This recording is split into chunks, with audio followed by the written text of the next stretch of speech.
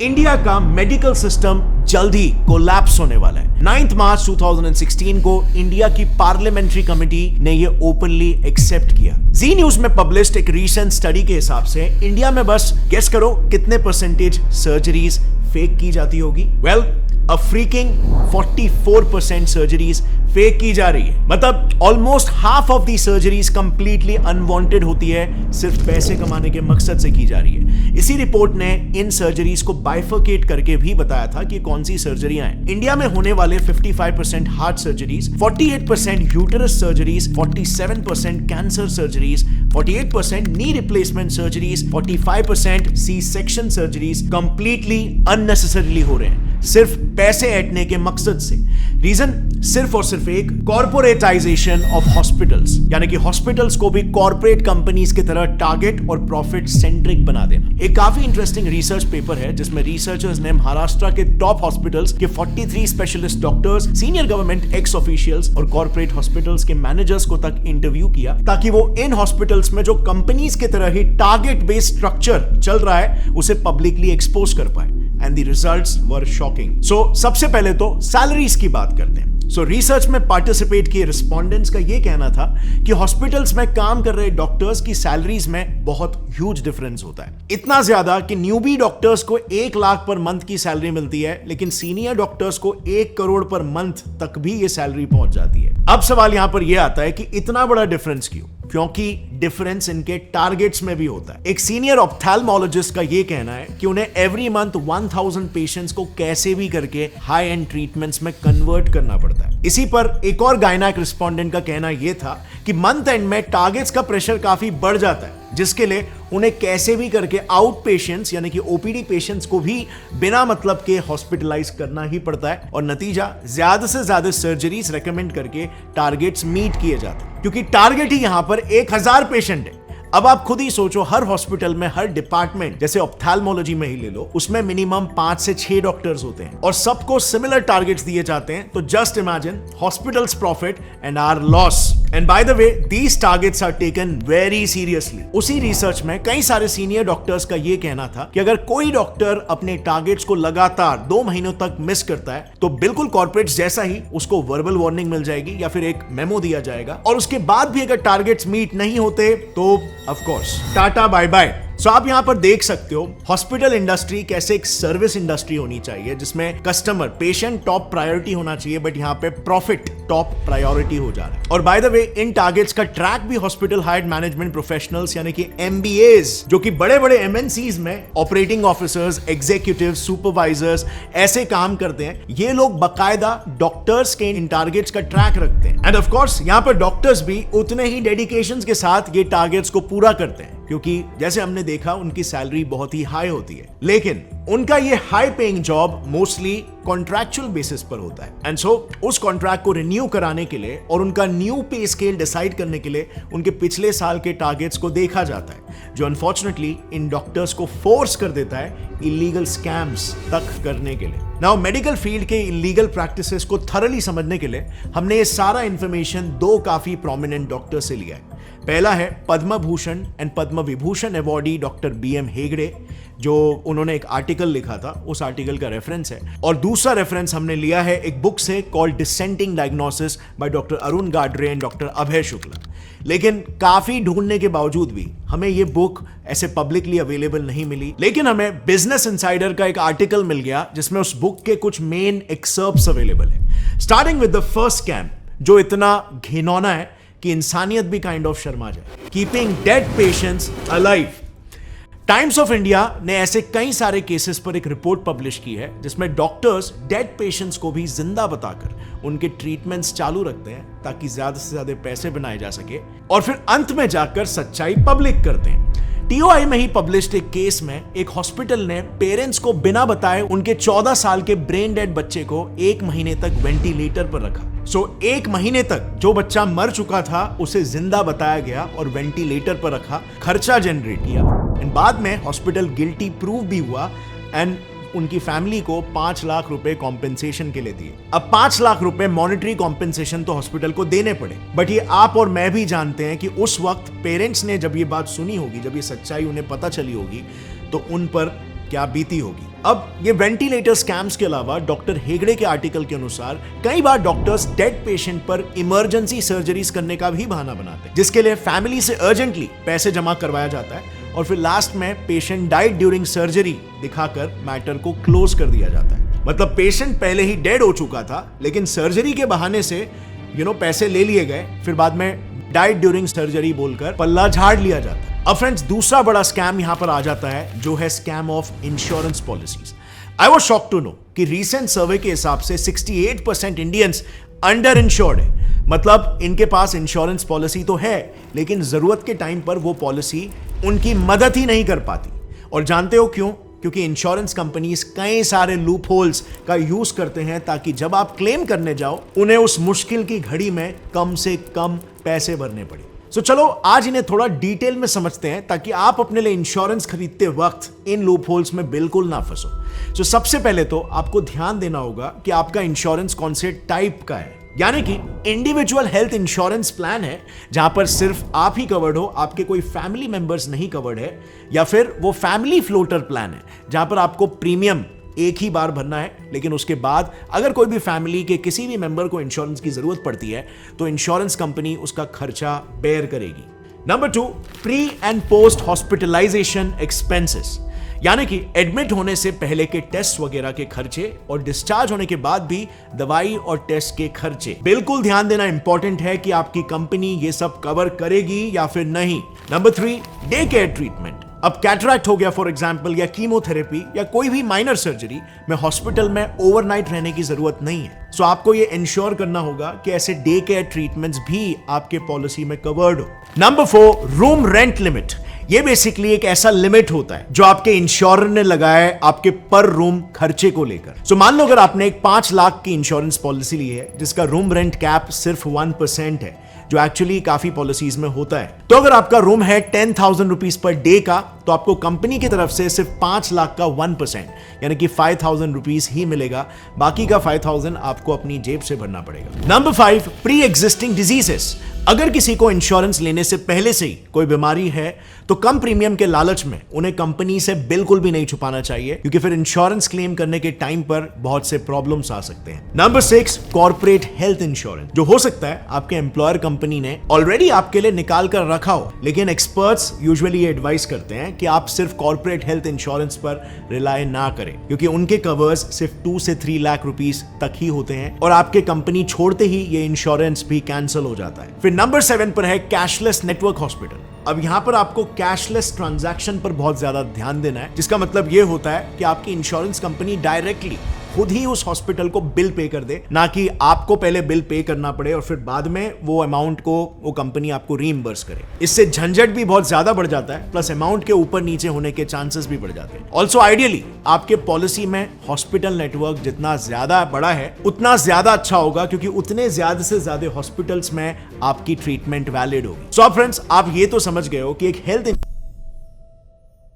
हर साल 2000 इंडियंस अपनी किडनी बेचते हैं। इसी ऑर्गन ट्रैफिकिंग से रिलेटेड 2019 में एक दिल दहला देने वाला केस सामने आया, जिसकी वजह से एक 100 करोड़ का बड़ा ट्रैफिकिंग नेक्सस एक्सपोज हो गया। सो हुआ कुछ यूं था कि संगीता कश्यप नाम की एक कानपुर की औरत को उसके हस्बैंड के एक दोस्त जॉब दिलाने के बहाने से अपने साथ दिल्ली ले गए। दिल्ली पहुंचकर उसे बताया गया कि कंपनी उसको जॉब देने से पहले उसका एक कंप्लीट हेल्थ चेकअप चाहती है, जिसके लिए उसे हॉस्पिटल जाना पड़ेगा। अब गेस करोगे वो हॉस्पिटल कौन सा था? वेल, एक बहुत ही बड़ा चेन ऑफ हॉस्पिटल्स, जिसका मेरे लिए नाम लेना भी थोड़ा सा रिस्की है, बट फिर भी आपके जानकारी के लिए मैं बताऊंगा। उसका नाम था फोर्टिस। मूविंग फॉरवर्ड, संगीता को यह मेडिकल प्रोसीजर कंप्लीटली नेचुरल लगा, क्योंकि काफी कंपनीज हेल्थ सर्टिफिकेट मांगती है प्रायर टू रिक्रूटमेंट। लेकिन कोइंसिडेंस कहो या डिवाइन इंटरवेंशन कहो, संगीता जब अपने बेड पर लेटी हुई थी तब उसके बाजू में कुछ डॉक्टर्स बात कर रहे थे और उन्होंने उसे गलती से उसके सामने ही डोनर कहकर रेफर कर दिया। अब ये वर्ड संगीता को सडनली स्ट्राइक हुआ और उसे तब आभास होने लगा कि उसके साथ कुछ तो गलत हो रहा है। सो वो डॉक्टर्स के जाने के बाद छुपके से उठकर हॉस्पिटल से भाग गई। अब इस हादसे के बाद उस हस्बैंड के दोस्त ने माफी मांगना तो दूर, उल्टा संगीता को गुंडे भेजकर 50,000 रुपए भरने के लिए धमकाने लगा। अब जाहिर है संगीता इससे डर गई और उसने एक पुलिस कंप्लेंट फाइल कर दिया, जिसके बाद पुलिस इन्वेस्टिगेशन में एक बड़ा ऑर्गन ट्रैफिकिंग नेक्सस पकड़ा गया। पुलिस ने अपने चार्जशीट में क्लियरली ये मेंशन किया है कि इस नेक्सस में पुलिस पर्सनल, फोर्टिस के doctors, hospital administration staff, medical support staff, हर एक जन शामिल थे। यानी कि उन्हें यह पता था कि संगीता की किडनी इलीगली बेची जा रही है, लेकिन उसके बावजूद एक भी इंसान ने इसके ऊपर आवाज नहीं उठाई। एक्चुअली होता क्या है ना, ऐसे केसेस में पहले तो सबको पैसे खिलाकर चुप करवाया जाता है, और दूसरी बात, अगर किसी को आवाज उठानी भी होती है, इन बड़े कॉर्पोरेट हॉस्पिटल्स की बहुत स्ट्रॉन्ग लीगल टीम्स होती है और कनेक्शंस भी होते हैं, जिस वजह से इन सब से कोई आम इंसान पंगा नहीं लेना चाहता। कॉमनली इंसान यही सोचता है कि इससे अच्छा पैसे खाकर चुप हो जाओ, और ये कोई इकलौता केस नहीं है भारत में। Reuters, times of India, first post, Indian express जैसे इन्यूमरस मीडिया चैनल्स ने ऐसे इन्यूमरस केसेस रिपोर्ट किए हैं, and you will not believe, कई केसेस में तो ट्रांसप्लांट के बाद डोनर्स को उनकी फीस तक नहीं दी जाती। अब चौथा स्कैम जिसके बारे में हम बात करेंगे, वो काफी slightly majority of the doctors कर रहे हैं, द हॉस्पिटल रेफरल स्कैम। आपने देखा होगा, आपके फैमिली डॉक्टर या फिर कोई भी जनरल फिजिशियन पेशेंट्स को अननेसेसरीली तुरंत हॉस्पिटल में एडमिट होने के लिए कह देते हैं। वेल, वो इसीलिए ऐसा कहते हैं क्योंकि वो अपोलो, फोर्टिस जैसे बड़े कॉर्पोरेट हॉस्पिटल्स के रेफरल मेंबर्स होते हैं। इनफैक्ट अपोलो हॉस्पिटल्स चेन्नई के chief nephrologist doctor MK. Money ने खुद कहा है कि डॉक्टर्स को रेफरल्स के लिए पैसे मिलना एक ओपन सीक्रेट है। दरअसल टाइम्स ऑफ इंडिया के इस एक इन्वेस्टिगेशन में कोटेड है कि बड़े बड़े 5 स्टार हॉस्पिटल्स जैसे कोकिलाबेन, अपोलो डॉक्टर्स के लिए रेफरल प्रोग्राम्स चलाते हैं। इनफैक्ट उसी आर्टिकल में यह भी मेंशन्ड है कि मुंबई के फेमस कोकिलाबेन हॉस्पिटल ने तो सामने से महाराष्ट्र मेडिकल काउंसिल को लिख के एक लेटर में एक्नॉलेज किया कि वो हॉस्पिटल डॉक्टर्स को फॉर्म्स भेज रही थी उनके रेफरल प्रोग्राम में एनरोल होने के लिए, जिसमें लिटरली रेफरी डॉक्टर को एनुअली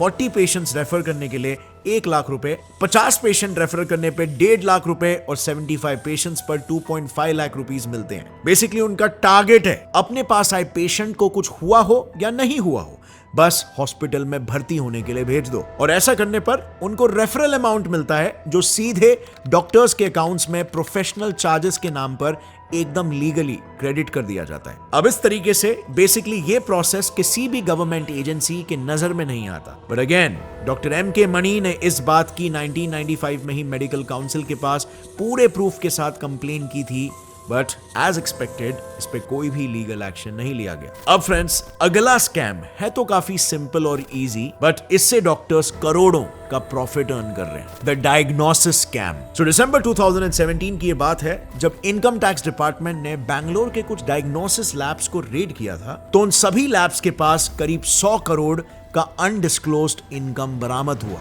उनमें से तो कुछ लैब्स में तो 1.5 करोड़ कैश और 3.5 किलो का सोना भी मिला, और फर्दर इन्वेस्टिगेशन से पता चला कि ये 100 करोड़ रुपए का अमाउंट लैब्स ने डॉक्टर्स को रेफरल्स देने के लिए रखा था। लैब्स, यही डायग्नोसिस लैब्स, डॉक्टर्स को पेशेंट रेफरल करने के लिए 40% कमीशन देते हैं। बेसिकली पेशेंट को कुछ हुआ हो या नहीं, डॉक्टर्स उनको इन लैब्स में भेजकर जबरदस्ती टेस्ट करवाते हैं, और इन टर्न कुछ डायग्नोसिस लैब्स तो पेशेंट का सीधा सिंक टेस्ट यानी कि फेक ब्लड टेस्ट ही करवा लेते हैं। सिंपल शब्दों में बताऊं तो ये सिंक टेस्ट में लैब सिर्फ 1 या 2 टेस्ट करके आपका ब्लड या दूसरे सैंपल्स फेंक देते हैं और एक प्री डिटरमाइंड रिपोर्ट्स को प्रोड्यूस कर देते हैं, और इसीलिए ये लैब बिजनेस इतना प्रॉफिटेबल हो चुका है कि आज इंडिया में 1 लाख से ज्यादा मेडिकल लैब्स ऑपरेशनल है, लेकिन उनमें से सिर्फ 1000 लैब्स ही एक्रेडिटेड यानी कि गवर्नमेंट रजिस्टर्ड है। ये एक्रेडिशन सर्टिफाई करता है कि आप जिस लैब से टेस्ट करा रहे हो वो एकदम सेफ और रिलायबल रिपोर्ट्स आपको देगा। बट फिर भी मार्केट में कितने ही नॉन रजिस्टर्ड लैब्स मौजूद है। अब दोस्तों, एक बड़ा स्कैम हमारे मेडिकल सिस्टम के ग्रास रूट लेवल पर चल रहा है, जिसके लिए सन फार्मा, ग्लेनमार्क फार्मा जैसे 20 बड़ी बड़ी फार्मास्यूटिकल कंपनीज 1000 करोड़ बस डॉक्टर्स पर ही खर्च कर रही है। इस पूरे स्कैम के बारे में डाउन टू अर्थ मैगजीन ने 23 जनवरी 2019 को द डिपार्टमेंट ऑफ फार्मास्यूटिकल्स को एक RTI फाइल किया, उससे इसके बारे में पता चला। सो डीटी के मुताबिक इंडिया की 20 बड़ी फार्मास्यूटिकल कंपनीज डॉक्टर्स और कॉर्पोरेट हॉस्पिटल्स को सिर्फ उनके ही मेडिसिन को प्रिस्क्राइब या सिंपली कहूं तो उनके प्रोडक्ट को बेचने के लिए कहती है। अब डॉक्टर्स को उस पर्टिकुलर फार्मा कंपनी की मेडिसिन को बेचने के लिए वेकेशंस और कैश इंसेंटिव दिए जाते हैं और कंपनीज लाइक यूएसवी लिमिटेड हर डॉक्टर को 3 लाख कैश ऑस्ट्रेलिया ट्रिप या वैंकूवर ट्रिप जैसे ट्रिप्स ऑफर करती है। अब यहाँ पर हॉस्पिटल्स और फार्मा कंपनीज का एक अलग ही नेक्सस चल रहा है। हॉस्पिटल्स तो सीधा उनके प्रॉफिट शेयरिंग पार्टनर्स है। अब इस स्कैम को इंडिया टुडे ने 2017 में एक्सपोज किया था। उन्होंने ये पाया कि फार्मा कंपनीज हॉस्पिटल्स को डिस्काउंटेड रेट्स पर मेडिसिन बेचती है। उन मेडिसिन को hospitals literally double triple prices पर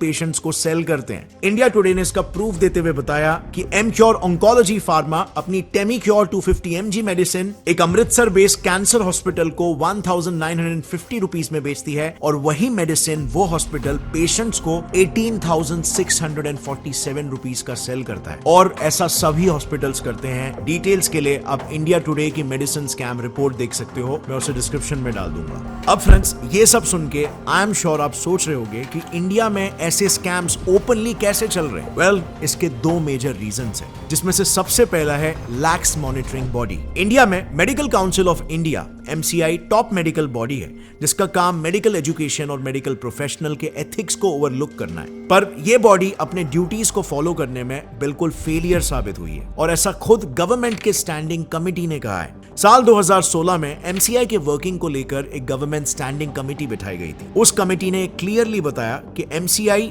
मैंडेट को भूलकर बस मेडिकल कॉलेजेस को लाइसेंसिंग ग्रांट करने पर ही ध्यान दे रही है और उनका दूसरा इंपॉर्टेंट रोल मेडिकल एथिक्स को वो कंप्लीटली इग्नोर कर रही है। कमिटी ने कहा कि MCI के ड्यूटीज के 2 हार्ड बाइफर्केशंस करे, जिसमें एक डिपार्टमेंट मेडिकल एजुकेशन पर ध्यान देगा और दूसरा हार्ड डिपार्टमेंट मेडिकल प्रोफेशनल्स के एथिकल कंडक्ट पर ध्यान देगा। और ऐसा अगर नहीं हुआ तो इंडियन मेडिकल सिस्टम जल्द ही कोलैप्स कर देगा। अब दूसरा मेजर रीजन यहां पर है लैक ऑफ अवेयरनेस। असल में इंडियन डॉक्टर्स IMC के एथिकल रेगुलेशंस को हर दिन वायलेट करते हैं और हमें उसका पता भी नहीं चलता है। जैसे number 1, no drug brand in prescription. Clause 1.5 कहता है कि डॉक्टर्स को जेनेरिक मेडिसिन ही प्रिस्क्राइब करने चाहिए और ना ही किसी फार्मा ब्रांड के। Number 2, disclosure of fees. Clause 1.8 के मुताबिक ट्रीटमेंट के पहले ही डॉक्टर को अपनी फीस बताना मैंडेटरी है। वो ऑपरेशन या ट्रीटमेंट के बीच में फीस को डिस्क्लोज नहीं कर सकते। ऐसे कई सारे रूल्स को इस डॉक्यूमेंट में एक्सप्लिसिटली लिखा गया है, बट हमें इसकी नॉलेज नहीं होने की वजह से डॉक्टर्स रूल्स को ओपनली वायलेट करते हैं। अब जैसे कि हमने देखा फ्रेंड्स, लॉज होने के बाद भी डॉक्टर्स उनके अनएथिकल प्रैक्टिसेस को कंटिन्यू रख रहे हैं। इसी को सुधारने के लिए बिजनेस इनसाइडर न्यूज के हिसाब से गवर्नमेंट को कुछ इमीडिएट एक्शंस लेने होंगे। एक्शन जैसे सबसे पहले गवर्नमेंट को MCI पर बैठे पार्लियामेंट्री कमेटी और national coalition of ethical doctors and health activist के सारे रिकमेंडेशंस को तुरंत अप्लाई करना होगा। सेकेंडली, हर स्टेट को नेशनल क्लिनिकल एस्टैब्लिशमेंट्स एक्ट को अपने इंडिविजुअल लेवल पर अमेंड करके उसमें पेशेंट्स राइट को प्रोटेक्ट करने वाला क्लॉज और ग्रीवियंस मैकेनिज्म को ऐड करना चाहिए। और तीसरा और सबसे इंपॉर्टेंट रिकमेंडेशन, हेल्थ मिनिस्ट्री ने कंज्यूमर अवेयरनेस कैंपेन जैसे health rights awareness mass media campaigns चलाने चाहिए। इससे सभी सिटीजन्स अवेयर हो पाएंगे। पर फ्रेंड्स, मुझे लगता है कि सारे डॉक्टर्स सेम नहीं है और आज उन अनएथिकल डॉक्टर्स की वजह से हम सभी डॉक्टर्स को कल्परेट नहीं मान सकते। इंडिया में कुछ डॉक्टर्स ऐसे भी हैं जो वाकई में इसे एज अ सोशल सर्विस कर रहे हैं और पर ट्रीटमेंट सिर्फ 2 से 5 रुपए चार्ज करते हैं। सो फ्रेंड्स, ये वाकई में काफी कॉम्प्लिकेटेड इकोसिस्टम है जिसमें हमारे हाथ में कुछ लिमिटेड चीजें ही है और गवर्नमेंट जैसे जैसे करके स्ट्रॉन्ग पॉलिसीज लाएगी और स्ट्रॉन्ग रीइंफोर्समेंट्स डालेगी तो ऑब्वियसली जो एनवायरमेंट है वो बेटर होता चले जाएगा। बट तब तक के लिए आप मैं जैसे कॉमन सिटीजन्स कुछ प्रिकॉशनरी मेजर्स ले सकते हैं जो हमें सेफगार्ड करेंगे इन प्रैक्टिसेस से। नंबर 1, यंग सर्जन से ज्यादा ओल्ड सर्जन्स को प्रेफर करो, क्योंकि यंग डॉक्टर्स को उनके ऊपर के लोन्स को पे बैक करना होता है तो ओवरचार्ज कर सकते हैं। प्लस उनको अपने करियर के लिए रेप्यूटेशन भी बनानी होती है और इसीलिए ओल्ड डॉक्टर्स के पास जाना बेटर होगा जो शायद रेयर केसेस में ही ऑपरेशंस सजेस्ट करें। दूसरा सजेशन ये देना चाहूंगा कि हमेशा हायरार्की ऑफ डॉक्टर्स से ही जाए, लाइक फिजिशियन टू सर्जन, क्योंकि सर्जन के पास जाओगे there is a high chance कि वो आपको सर्जरी सजेस्ट करेगा कंपेयर टू अ फिजिशियन जो मेडिसिन से पहले ट्रीट करने की कोशिश करेंगे। सो फ्रेंड्स, ये थे कुछ बेसिक मेजर्स, बट आपको ओवरऑल एक अंदाजा आ गया होगा कि मेडिकल फील्ड में क्या क्या प्रैक्टिसेस होती है, ताकि कहीं पर भी आपको कुछ भी ऑड लगे तो आप अपने आप को सेफगार्ड कर सकते हो इन मैल प्रैक्टिसेस। क्या कभी कोई ऐसा इंस्टेंस आपके साथ हुआ है, किसी हॉस्पिटल ने, किसी क्लिनिक ने आपको ओवरचार्ज कर दिया हो या फिर आपके साथ कोई मैल प्रैक्टिस की हो? अगर हाँ तो नीचे कमेंट्स में बताना, शेयर करना, ताकि दूसरे लोग भी उसे देख सके और उससे सीख सके। और अगर इस वीडियो से आपको कुछ भी नया सीखने मिला, एक लाइक जरूर ठोकना। जितना हो सके अपने फ्रेंड्स और फैमिली मेंबर्स के साथ शेयर करो, ताकि आप उन्हें भी पहले से ही सेफगार्ड कर सको। और फ्रेंड्स, डिस्क्रिप्शन में दिए गए पॉलिसी बाजार वेबसाइट के लिंक पर जाकर रजिस्टर कर लेना, क्योंकि अगर आप पॉलिसी बाजार से कोई भी इंश्योरेंस खरीदते हो तो ये आपको एक क्लेम गारंटी सर्टिफिकेट भी देते हैं, और इसीलिए आप खुद पॉलिसी बाजार विजिट करके चेकआउट कर सकते हो। लिंक मैं डिस्क्रिप्शन में डाल दिया। See you next time. Till then, stay curious, keep learning and keep growing. Jai Hind.